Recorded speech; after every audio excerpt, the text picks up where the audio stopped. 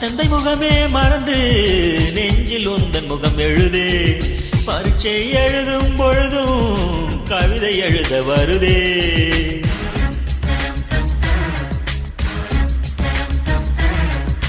குளிக்கும் வரையில் ஒரு கூட்டு நினைக்கும் போது வெக்கம் வருதே. ஆடை இல்லாமல் வந்தேன் சோப்பு நுரை அணிந்தேன்.